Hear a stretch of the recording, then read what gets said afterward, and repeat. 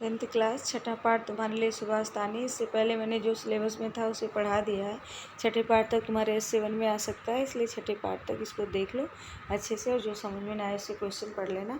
सुभाष तानी पाठ चलो पढ़ते हैं। प्रस्तुतो अयम पाठ है। विविध ग्रंथा संकलिता नाम 10 सुभाषितानाम संग्रहो वर्तते। प्रस्तुत अयम पाठ मतलब ये जो पाठ तुम्हें दिया गया है पढ़ने के लिए, जो ये पाठ सुभाष तानी है। यह पाठ विविध ग्रंथों से मतलब अनेक ग्रंथों से संकलित मतलब इकट्ठा करके 10 सुभाष तानी का संग्रह है। मतलब 10 श्लोक तुम्हें पढ़ने हैं। संस्कृत साहित्य सार्वभौमिक सत्य। संस्कृत साहित्य में सार्वभौमिक सत्य मतलब जो सभी लोग सत्य मानते हैं, इसके प्रकाशित किया गया है। अर्थ गंभीरता युता मतलब अर्थ की गंभीरता मतलब इसका महत्व कितना है। पद्यमयी मतलब श्लोक के रूप में। प्रेरणात्मकता मतलब प्रेरणा देने वाली रचना। सुभाषित इति कथ्यते, जो ऐसी इस प्रकार की रचना होती है उसे सुभाषित करते। कैसे प्रकार की? संस्कृत साहित्य में जो सचमुच सच होता है, सब सत्य मानते हैं, उसको प्रकाशित किया जाता है। अर्थ की गंभीरता मतलब बातों में कितनी सच्चाई है। पद्यमयी मतलब जो श्लोक के रूप में। प्रेरणात्मकता मतलब जो प्रेरणा देती है, इस प्रकार की रचना को सुभाषित कहते हैं। अयम पाठांश परिश्रमस्य महत्वम। यह पाठ जो परिश्रम के महत्व पर है। क्रोधस्य दुष्परिणाम मतलब गुस्सा से, क्रोध करने से क्या दुष्परिणाम मिलता है। सामाजिक महत्व मतलब समाज में क्या महत्व है सबका। सर्वेषां वस्तूनाम उपादेयता, सभी वस्तुओं की कितनी महत्व है। बुद्धि वैशिष्ट्यतादीनाम, बुद्धिमानों की विशिष्टता आदि विषयों को प्रकाशितानि मत विषयान प्रकाशयति मतलब विषयों को प्रकाशित किया गया या बताया गया। चलो श्लोक पढ़ते हैं हम।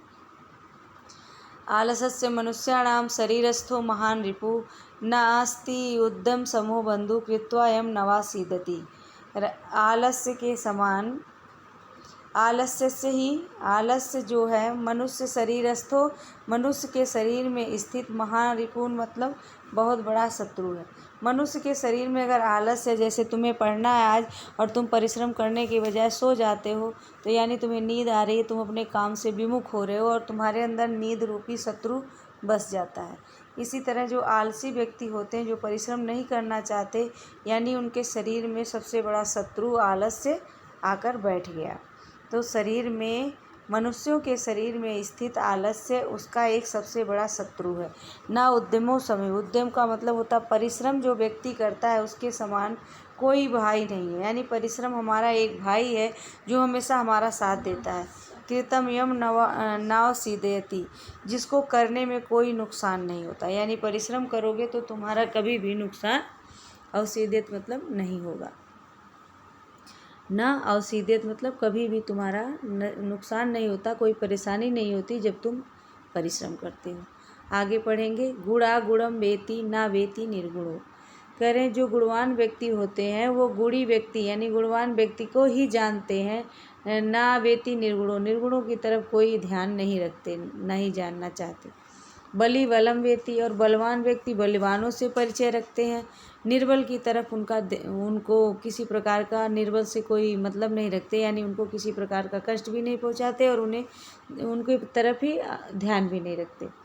पिको वसंतस्य, जैसे कि पिक जो है, पिक का मतलब कोयल, कोयल का महत्व। वसंतस्य गुणम नावायस, जब वसंत आता है तो कोयल कू कू बोलती है, कौवा नहीं बोलता। तो यानी बसंत ऋतु जो है कोयल के महत्व को जानता है और कौवा नहीं जानता। यानी जिसके पास जैसा गुण होता है वैसे ही व्यक्ति उस प्रकार के लोगों को समझ पाते हैं। जैसे कोई विद्वान व्यक्ति है और उसे कोई नहीं जानता, लेकिन अगर कोई बुद्धिमान व्यक्ति उससे बात करता है तो उसके समझ में आ जाता है कि ये बहुत अच्छा और विद्वान व्यक्ति है, इसलिए वो विद्वान ही उसकी बात को समझेगा। आप किसी सब्जी वाले के पास जाकर और अपनी विद्वान बताने लगे तो वो नहीं समझेगा।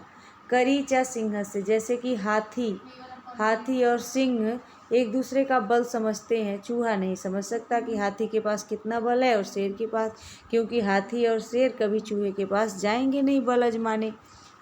तो इसका मतलब ये, जिस प्रकार का गुण जिसके अंदर होता है वो उसी प्रकार के व्यक्ति को या लोगों को जानता है। और जो जो उससे मतलब नहीं रखते, जिनका उससे संबंध नहीं होता, वो उसके गुण या दोष को नहीं जान पाते। यानी गुणवान व्यक्ति के गुण को गुणवान व्यक्ति ही जानता है, निर्गुण नहीं समझ पाते। यानी जिनके पास कोई किसी प्रकार का गुण नहीं है वो नहीं जान पाते। बलवान जो है बलवान व्यक्ति को जानता है, निर्बल उसके बारे में नहीं समझ सकता। कैसे? जैसे कि बसंत ऋतु आने पर कोयल को बसंत समझ जाता है, बसंत के कोयल के गुण को जान जाता है, लेकिन कौवा नहीं जानता, कौवा से कोई मतलब नहीं होता। करीचा सिंह से इसी प्रकार हाथी सिंह के बल को समझती है, लेकिन चूहा कभी नहीं समझ पाएगा, क्योंकि सिंह जो है हाथी का ही शिकार करना चाहता है, क्योंकि वह उसके बराबर बलवान होता है। ठीक है। निमित्त उद्देश्य ही यह कुप्यति ध्रुवमता तस्यापगमे प्रसीदेति अकारण द्वेष मनस्तु यस्य वे कथम जनस्तम परितोष्यति। निमित्त उद्देश्य, निमित्त का मतलब होता है कारण। निमित्त कोई कारण ही यदि यह कुप्यति, यदि किसी कारण से कोई गुस्सा होता है, जैसे कोई ऐसी बात हो गई, जैसे तुम लोग आपस में एक दूसरे को कुछ बोल दो और किसी को गुस्सा आ जाए, फिर माफ़ी मांग लोगे तो वो शांत हो जाएगा। इसी तरह अगर किसी उद्देश्य से कोई गुस्सा होता है, क्रोधित होता है, ध्रुवम तस्या अपगम्य प्रसिद्धेत, तो ध्रुव मतलब निश्चित रूप से वह, तस्या उपगम्य मतलब उसका उपजार होने पर खुश हो जाता है। मतलब अगर किसी को किसी कारण से गुस्सा आता है, तो वो जैसे ही कारण ख़त्म होता है, वो या कोई जैसे गुस्सा हुआ और किसी ने माफ़ी मांग ली, तो वो गुस्सा वाला अपने आप शांत हो जाता है, चलो इसने माफ़ी मांग ली। यानी किसी कारण से उसको गुस्सा आया और कारण ख़त्म होते ही उसका गुस्सा ख़त्म हो गया। लेकिन अकारण द्वेष मनस्तु है, लेकिन कुछ लोग ऐसे होते हैं जो अकारण ही किसी से जलते रहते हैं, गुस्सा करते रहते हैं, जिनका मन, मनस्तु मतलब मन, ऐसे मतलब जिसका, वह मतलब वैसे ही अकारण द्वेष मतलब बिना कारण ही गुस्सा होता रहता है या जलन करता रहता है। कथम जनस्त परिशोधयन्ति, कह रहे ऐसे लोगों को किसी चीज़ से कैसे खुश किया जा सकता है, क्योंकि वो तो बिना कारण ही गुस्सा हो रहे हैं, उनके पास तो गुस्सा और जलने का कोई कारण ही नहीं है, लेकिन फिर भी वो गुस्सा हो रहे हैं। यानी कथम मतलब कैसे, जनस्त मतलब ऐसे लोगों को, परितोष्यति मतलब कैसे ऐसे लोगों को खुश किया जा सकता है, यानी नहीं किया जा सकता। आगे तीसरा पढ़ेंगे। उदीरितो अर्थ पशूनापि गृहाते हयश्च नगाश्च वहन्ति बोधिता अनुक्त अपि यहूयति पंडितो जनय पर इंगित ज्ञान फला ही बुद्धि है। उदीरितो अर्थ है मतलब बताया जाता, सिखाया जाता हुआ। पशुना भी मतलब पशु भी, गृहते मतलब वैसा काम करने लगते हैं, जैसे हम लोग तोते को राम राम बोलना सिखा देते हैं, कुत्ता गेट की रखवाली करता है, आपको पहचानने लगता है। इसी तरह उदीरितो का मतलब वो कहा जाता हुआ, यानी सिखाया जाता हुआ। पशुना भी, पशु भी बात को मानने लगता है। हयास्या नगास्या बहंती बोधिता, जैसे कि घोड़ा भी, गधा भी, ये सब जो है वो बात मानने लगते हैं, और वहंती मतलब बोझा भी ढोते हैं, भार भी उठाते हैं, और हम उन्हें बुलाते हैं तो अगर हम किसी तरह से, तो वो समझने लगते हैं धीरे धीरे। अनुक्त अपि होती पंडितो जन, कह रहे हैं लेकिन जो अनुक्त बिना कहे ही बात को समझ जाए उसको पंडित कहते हैं, है ना। जो बार बार किसी चीज़ को सिखाओगे तो जानवर भी सीख जाते हैं, लेकिन बिना सिखाए बिना बताए जो तुम्हारी बात को जान जाए उसको कहते हैं पंडित लोग कहते हैं। पर इंगित ज्ञान फला ही बुद्धि है, क्योंकि बुद्धिमान व्यक्ति जो होता है ही बुद्धि है, बुद्धिमान व्यक्ति जो होता है पर इंगित ज्ञान फला मतलब दूसरे के इशारों को ही समझ जाता है। जो बुद्धिमान व्यक्ति होता है उसको बार बार कहना नहीं पड़ता, उसको पशुओं की तरह सिखाना नहीं पड़ता, बल्कि तो वो आपके हाव भाव और इशारों को देखते ही आपकी बात को समझ जाता है। तो ऐसे लोग क्या कहते हैं, बुद्धि मतलब बुद्धिमान कहलाते हैं, पंडित जन मतलब पंडित कहलाते हैं। आगे पढ़ेंगे 5वां श्लोक। क्रोधो ही मनुष्य से प्रथमो नराणाम, इसमें देखो गुस्सा की बात फिर कही गई है। क्रोध जो है मनुष्य का सबसे पहला शत्रु है। नराणाम मतलब मनुष्य का, प्रथमो मतलब पहला, शत्रु मतलब दुश्मन है, ही मतलब निश्चित रूप से, क्रोधो मतलब क्रोध। क्रोध निश्चित रूप से मनुष्य का पहला शत्रु है। देह स्थितो देह विनाशाय च, जो शरीर के अंदर ही रहकर देह विनाशनाय मतलब शरीर को नष्ट कर देता है। क्योंकि जब तुम्हारे पास क्रोध ज़्यादा रहेगा तो तुम कोई भी काम विवेक से नहीं करोगे और हमेशा गुस्सा ही होते रहोगे। कह रहा क्रोध जो है तुम्हारा मनुष्यों का सबसे बड़ा शत्रु है, जो शरीर में ही रहकर देह स्थित हो, मतलब जो शरीर में ही रहकर देह विनाशाय मतलब शरीर को नष्ट करता रहता है। कैसे? यथा स्थित है काट गतो ही बन्ही, जैसे कि सूखी लकड़ी होती है, लकड़ी के अंदर स्थित होती है क्या? अग्नि। अग्नि निश्चित होती है, क्यों होती है? कि जैसे हम कहीं माचिस जलाते हैं वो लकड़ी पकड़ लेती है और जल जाती। सहयोग वन्नी दहत शरीरम, इसी प्रकार जैसे काठ के अंदर अग्नि होती है, हम किसी चीज़ से आग लगाते ही वो लकड़ी सूखी जल जाती है, उसी प्रकार से जिसके अंदर क्रोध होता है उसके शरीर जो हमेशा जलता रहता है, यानी शांत नहीं रहता है। आगे पढ़ेंगे। मृगा मृगई संग अनुवर्जित, यहाँ भी साथ की बात बताई गई है कि मृग जो है मृग के साथ ही चलना पसंद करते हैं, रहना पसंद करते हैं। यानी झुंड में एक मृग हो तो 10 कुत्ते होंगे तो उसमें मृग नहीं जाना चाहेगा। मृग मतलब हिरण जो है हिरण के साथ ही रहना पसंद करता है। गावाश्च गोभिश्च, और जो गाय होती हैं वो गायों में रहना पसंद करती है। तुरंगा मतलब घोड़े, तुरंगई, और घोड़ा घोड़े में रहना पसंद करते हैं। इसी तरह मूर्ख मूर्खई, इसी तरह जो मूर्ख व्यक्ति होते हैं वो मूर्खों के साथ रहना पसंद करते हैं। सुधी है सुधी भी, और जो ज्ञानी होते हैं वो ज्ञानियों के साथ, सुधी है मतलब ज्ञानी, सुधी मतलब ज्ञानियों, ज्ञानी जो है ज्ञानियों के साथ रहना पसंद। जैसे तुम्हारे क्लास में कोई बच्चा खेलना भागना बाहर घूमना पसंद करता है तो वो उसी प्रकार का दोस्त बना लेगा, और तुम्हें पढ़ना पसंद है तो तुम पढ़ने वाला दोस्त बना लोगे। इस तरह समानशील व्यसनेषु सख्यम, इसलिए समानशील मतलब व्यवहार आचरण वाले व्यक्ति ही एक दूसरे के साथी बनते हैं। समान व्यवहार आचरण वाले व्यक्ति सख्य मतलब साथी बनते हैं एक दूसरे से, जैसी उनकी आदत होती है। ठीक है।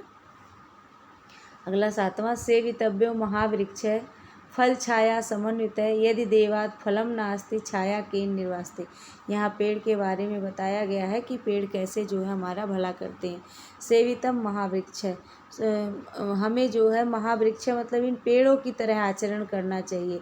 फल छाया समन्वित है, जिनका फल छाया से युक्त होते हैं, यानी सब कुछ वो परोपकार करते हैं, फल भी देते हैं, लकड़ी भी देते हैं, छाया भी देते हैं। उसे कह रहे हैं कि सेवितव्य, हमें हमेशा बनना चाहिए महावृक्ष मतलब महावृक्षों की तरह, जिनके पास फल छाया हमेशा समन्वित मतलब युक्त होते हैं। यदि देवात फलम नास्ति, कह रहे हैं अगर भाग्य से वो पेड़ फल देने वाला नहीं है, यदि दुर्भाग्य से वो पेड़ जो है फल नहीं देता है, तब भी छाया के निर्वास्ते, तब भी उसकी छाया नहीं रोकी जा सकती, यानी तो छाया तो देगा ही देगा छाया, क्योंकि पत्ती लकड़ी सब उसके पास है। तो अगर उसके में फल नहीं आता तब भी तुम धूप से थके हुए उसकी छाया में खड़े हो सकते हो और वो तुम्हें छाया प्रदान करेगा। यानी जो महान व्यक्ति होता है किसी न किसी तरह से सबका भला ही करता है। अमंत्रम अक्षरम नास्ति, कह रहे जो कोई भी अक्षर बिना मंत्र के नहीं होता। अमंत्र का मतलब होता है जिसका कोई अर्थ हो, जो तुम्हारे लिए सही शब्द हो, सार्थक शब्द हो, उसको बोलते हैं मंत्र। तो कह रहे कोई भी अक्षर मतलब कोई भी शब्द तुम बोल रहे, जैसे तुमसे कहेंगे चलो, तो चलो का मतलब तुम्हें चलना है, इसका अर्थ तुम्हें पता चल रहा है। कहूँगी गाओ तो गाओगे, यानी गाओ भी शब्द एक मंत्र है, क्योंकि उसको बोलने के बाद हम कुछ करना शुरू कर देते हैं। तो कह रहे हैं हर अक्षर एक मंत्र है। नास्ति मूल औषधो, कह रहे हैं कि कोई भी ऐसा मूल नहीं है जो औषधि ना हो। नास्ति मूल औषधो कि मतलब संसार में ऐसे जड़ बहुत सारे मूल हैं जो औषधि होती है। आरोग्य पुरुषम नास्ति योजकस्य तत्र दुर्लभ है, कह रहे हैं कोई भी पुरुष जो इस संसार में है वो अयोग्य नहीं है, यानी हर पुरुष के पास कोई ना कोई गुण होता है। योजकस्य तत्र दुर्लभ, बस उनको जोड़ने वाला मिलाने वाला कोई होना चाहिए। यहाँ पर क्या नहीं है, जैसे हर अक्षर मंत्र है लेकिन सबको शब्द बोलने नहीं आता, सब इसका दुरुपयोग करते हैं, कुछ अशुद्ध भाषा का प्रयोग करते हैं, कुछ अपशब्द बोलते हैं, है ना। तो और पुरुष भी यानी व्यक्ति भी समाज में बहुत सारे लोग हैं लेकिन उन्हें कोई सिखाने वाला नहीं है। तो योजकस्य तत्र, अगर यहाँ दुर्लभ है तो कोई योजक जोड़ने वाले को यानी सिखाने वाले को, ज्ञानी व्यक्ति ही यहाँ पर दुर्लभ हैं।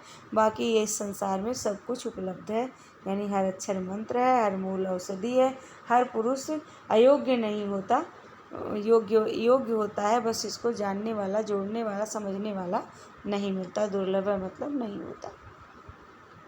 आगे पढ़ेंगे। संपत्तौ च विपत्तौ च महता एक रूपता। जो संपत्ति होती है और विपत्ति होती है, जब हम बहुत संपत्तौ मतलब धनवान होते हैं या हमें विपत्तौ मतलब परेशानी पड़ती है। महता मतलब महान व्यक्ति हर स्थिति में समान रहते हैं। एक रूपता मतलब एक समान रहते हैं। एक रूपता मतलब एक समान। ऐसा नहीं कि दुख पड़ा तो ज़ोर ज़ोर से रोने लगेंगे और सुख पड़ा तो हा हा हा हंसने लगेंगे। कैसे? उदय सविता, जब सूर्य निकलता है रक्त तो वो लाल होता है, रक्त चा आस्तमय तथा, और जब अस्त होता है यानी डूबता है तब भी वो क्या होता है? लाल होता है। जैसे सूर्य उगते समय भी और डूबते समय भी लाल रहता है, उसी तरह संपत्ति मतलब धनी होने पर या विपत्ति मतलब गरीब होने पर या बहुत सुख में रहने पर या दुख में रहने पर जो महान व्यक्ति होते हैं वो समान व्यवहार करते हैं। ऐसा नहीं कि धन हुआ तो बहुत घमंड करने लगे और सबको बुरा भला कहने लगे, और जब दुख हुआ तो सबके सामने भीख मांगने लगे। ऐसा नहीं होता, क्योंकि वो महान होते हैं स्वभाव से, वो सुख दुख में समान व्यवहार करते हैं। अगले तुम्हारा 10वां है लास्ट श्लोक। विचित्र खलु संसारे ना अस्ति किंचित निरर्थकम। कहते हैं यह संसार बड़ा विचित्र है। विचित्र है, खलु मतलब निश्चित रूप से संसार, ना अस्ति संसार में सब कुछ विचित्र रूप से है, ना अस्ति किंचित निरर्थकम कुछ भी निरर्थक नहीं है, यानी बेकार नहीं है। अगर हम किसी जीव को छोटा बड़ा या ऐसे समझें कि इसकी ज़रूरत नहीं है, ऐसा नहीं होता। अश्वचायत धावने, जैसे कि घोड़े की ज़रूरत दौड़ते समय है क्योंकि वो वीर है, तो वीर भारत से वहने खरे, तो गधे की भी ज़रूरत है। किस बात के लिए? खरे मतलब गधे की भी ज़रूरत है भार वहन करने के लिए, यानी जो बोझा उठाता है वो गधा होता है। तो बोझा उठाने का काम घोड़ा नहीं कर सकता और दौड़ने का काम गधा नहीं कर सकता, यानी सभी लोगों का अपना अपना काम है और सभी लोग इस संसार में सार्थक है, कोई भी निरर्थक नहीं है। ये इसी प्रकार का, जैसे नाली में कीड़ा भी पड़ जाता है तो उसकी भी ज़रूरत है ईश्वर को, तभी उन्होंने बनाया है, यानी हर जीव अपना अपना महत्व लेकर ही पैदा होता है, बनता है। इस तरह तुम्हारे 10 श्लोक पूरे हो गए। इसको ध्यान से पढ़ लेना।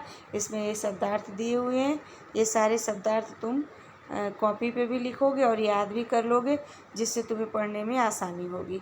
ठीक है, अब ये पाठ तुम्हें अच्छे से पढ़ना, क्वेश्चन आंसर बाद में करवाया जाएगा। ठीक है बेटा, ये तुम्हारे essay 1 तक यहाँ तक आ सकता है। अब इसके बाद मैं तुम लोगों का ग्रामर करवाऊँगी। ओके।